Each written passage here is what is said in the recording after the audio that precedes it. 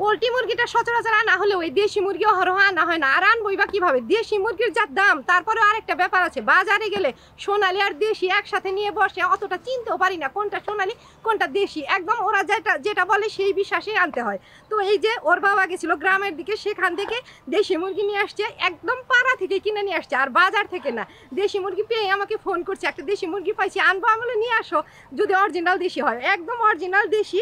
এটা 1 কেজির কমই আছে, 550 টাকা কেজি নিচ্ছে। এখান থেকে বানিয়ে কেটে বেছে ধুয়ে পরিষ্কার করে রান্নার জায়গায় নিয়ে যাব।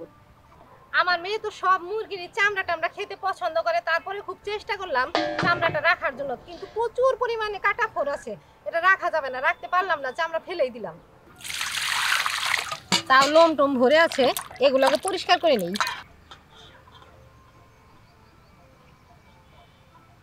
পরিষ্কার করে ধুয়ে নিলাম, আর গলার সাইড থেকে রক টকও ফেলে দিলাম। এবার কেটে নিব। মুরগিটা একদম অরিজিনাল দেশি, 1 কেজি হয় নাই, তারপরে তেল হয়ে গেছে। চামড়াটা রাখতে পারলে ভালো হতো, কি করব, রাখতে পারলাম না।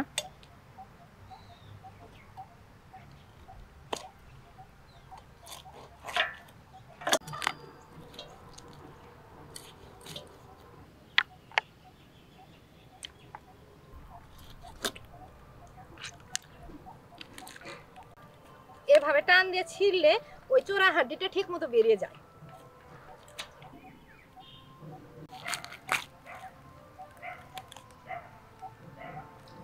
চোরা হাড্ডিটা আর একটা পাখনার মধ্যে আসছে, এই যে এখান থেকে এইভাবে আবার টান দিয়ে ফেলে দিতে হবে।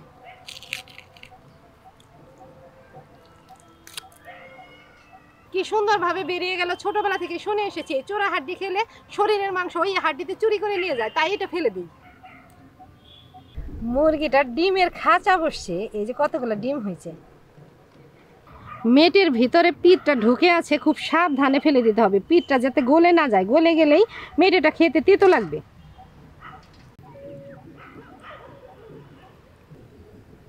সাবধানে পরিষ্কার করে দিলাম। পিঠটা এই নাড়ি ভুড়ির মধ্যে থাকবে, আমি গিলাটা আলাদা করে নেব। এই যে সব কিছু আলাদা করে নিয়েছি, এটা ফেলে দেবো আর গিলাটা পরিষ্কার করে নেব।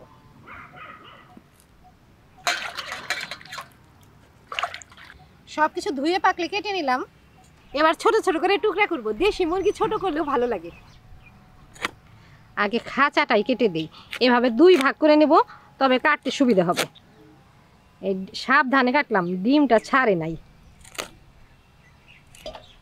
কয়েকটা ডিম বড়, কয়েকটা ছোট, ওই যে পর্যায়ক্রমে পারতো যে। বুকের হাড্ডিটা কেটে নিলাম, এবার পাখনা 2টা কাটবো। একটু ছোট ছোটই করছি। রান আর গোটা রাখবো না, কেটেই দিই। সব কিছুর সাথে একদম সাইজ মতোই পিস করব, ছোট ছোট। ডাবল রান রাখলাম না, আর যে ছোট সিঙ্গেল রান, ছোটই লাগছে, এভাবেই রাখলাম। মেটের দিল আলাদা করে নিলাম।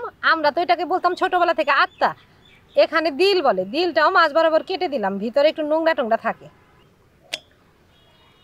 গোটা গোটা থাকতে তো কয়েকবার ধুয়ে নিয়েছি, এবার তো কেটে নিলাম, আরো বেশ কয়েকবার ধুয়ে নিয়ে যাব।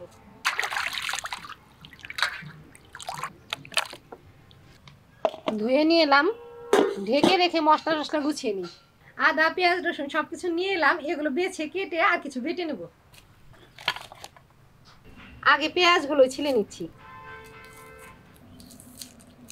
পেঁয়াজগুলো ছিলে 2 টুকরা করে জলে ভিজিয়ে দিব।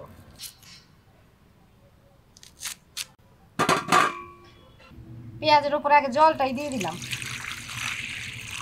আদাটুকু ছিলে নিচ্ছি, এটাও জলে ভিজিয়ে দিলাম। রসুনও ছিলে নেব, বড় রসুন ছিলতে একটু দেরি হবে না।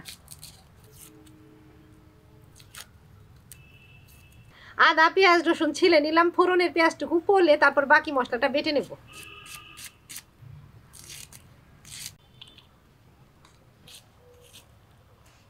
আদা রসুনও ধুয়ে তুলে নিলাম। এখন তো আর তেমন মশলা বাড়তেই হয় না, আদা রসুন পেঁয়াজ বাটবো, আর সাথে কয়েকটা পাকা পাকা লঙ্কাও বাটবো। এই লঙ্কাগুলো খুব ঝাল, 3টাই হয়ে যাবে, আর কিছু কাঁচা লঙ্কা গোটা দিব। এখন মশলাগুলো বেটে নেব। আজকে মশলা বাটা কষিয়ে তারপরে মাংসটা দিয়ে দিব। আদাটাকে থেতো করে নেই। আদা থেতো করে নিলাম, এর মধ্যে পেঁয়াজ রসুনও নিয়ে নিব। আদা রসুন বাটা হয়ে গেছে, এবার লঙ্কাটাও বেটে নেব। লঙ্কা নিয়ে নিলাম।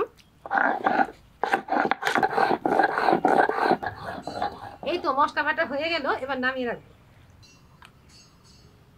একসাথেই তুলে রাখবো। উনুন জ্বালিয়ে নিয়েছি, এবার কড়াইটা বসাবো।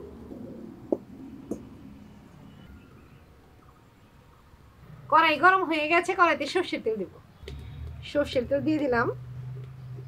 ফোড়নে শুকনা লঙ্কা, তেজপাতা, গোটা জিরে, গরম মশলা। তেজপাতা, শুকনা লঙ্কা একটু নেড়ে নিলাম, এবার জিরে গরম মশলা দিলাম। ফোড়নের ওগুলো তো পুড়ে গেছে, এখন পেঁয়াজ কুচিগুলো দিয়ে দিই।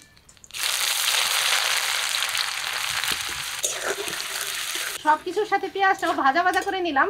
এখন আগে বাটা মশলাটুকুই দেব। বাটা মশলাটা দিয়ে দিলাম।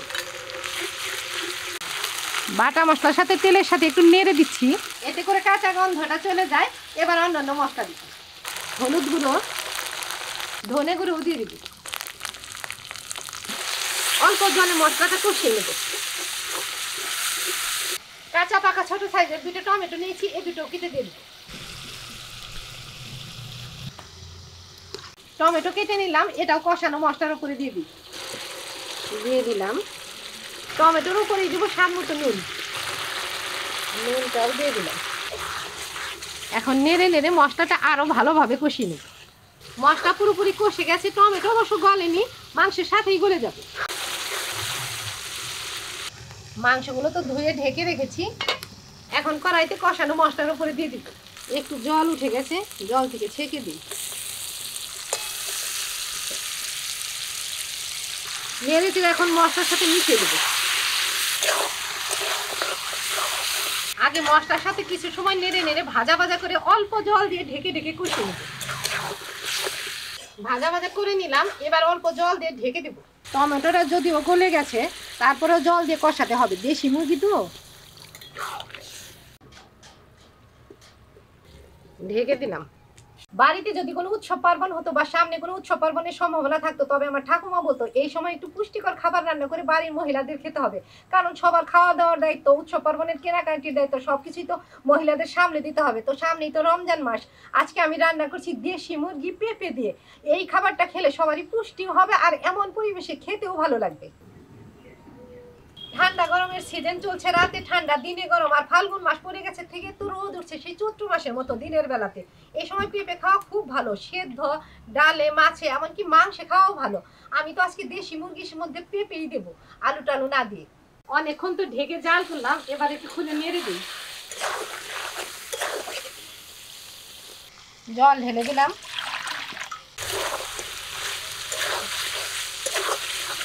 মাংসটা কষানো হয়ে গেছে, এবার উপরে পেঁপে দিয়ে একটু ভাজা ভাজা করে ঝোলের জল দিয়ে দিব। নেড়ে চেড়ে ভাজা ভাজা করে নিই।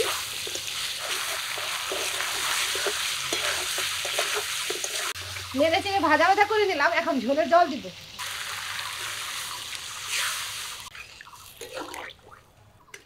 মাংস তো জল দিয়ে কষিয়ে নিয়েছি, আর ঝোলও একটু বেশি দিলাম, আজকে একটু পাতলা পাতলা করে রান্না করবো।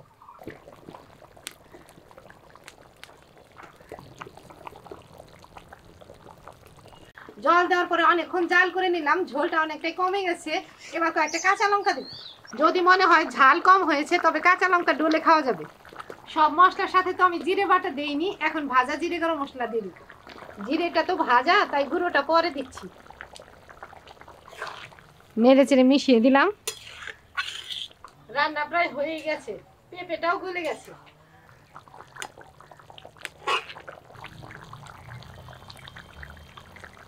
রান্না হয়ে গেছে, এখন গামলাতে ঢেলে দিব। একটু ঝোল ঝোলই রাখলাম, এমন তরকারির ঝোল খেতে বেশি ভালো লাগে।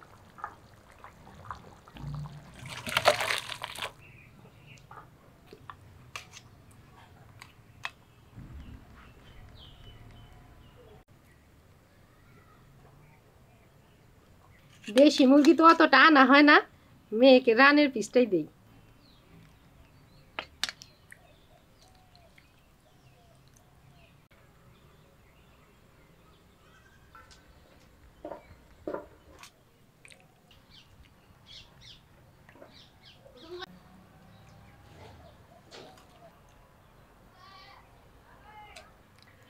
পেঁপেটাও দারুণ গলছে।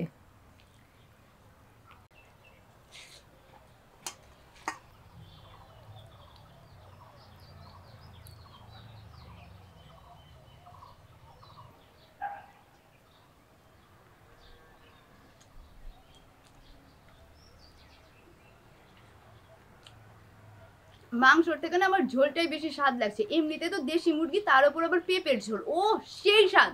তো বন্ধুরা, এই ছিল আজকের রান্না, দেশি মুরগি পেঁপে দিয়ে রান্না করলাম। আশা করি তোমাদের ভালো লেগেছে। তোমরা চ্যানেলটা ইউটিউব থেকে অর্চা কুকিং সাবস্ক্রাইব করো, ফেসবুক থেকে ফলো করো, লাইক করো, আর প্লিজ প্লিজ ভিডিওটা শেয়ার করে আমার পাশে থেকো।